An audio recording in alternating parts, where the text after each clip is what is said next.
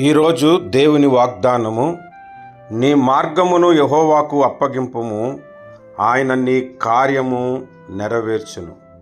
కీర్తనలు 37:5 చరణము. మన మార్గములను దేవునికి అప్పగిస్తే ఆయన మన కార్యములను నెరవేర్చు దేవుడు. ఏ కార్యం అయితే నీ జీవితంలో జరగాలని అనుకుంటున్నావో ఆ కార్యము విషయమై మీరు వెళుతున్న త్రోవ, మీరు ఎంచుకున్న మార్గము, మీరు ఎంచుకున్న విధానము, పద్ధతి ఏదైతే ఉందో అది దేవునికి అప్పగించేసి, ప్రభువా నీవు కార్యము చేయని ప్రభు సన్నిధిలో మనము మొర్రపెడితే దేవుడు కార్యము సఫలము చేయువాడు. ఈ దినమందు నాతో పాటు ప్రార్థన ఏకీభవిస్తున్న ప్రతి ఒక్కరి జీవితంలో కూడా దేవుడు తన కార్యమును నెరవేర్చినట్లు ప్రార్థన చేద్దాము. ప్రార్థన. ప్రేమ కలిగిన మా తండ్రి, నమ్మకమైన నా ప్రియమైన యేసయ్య, నీకు స్తోత్రాలు స్తుతులు చెల్లిస్తూ ఉన్నాము.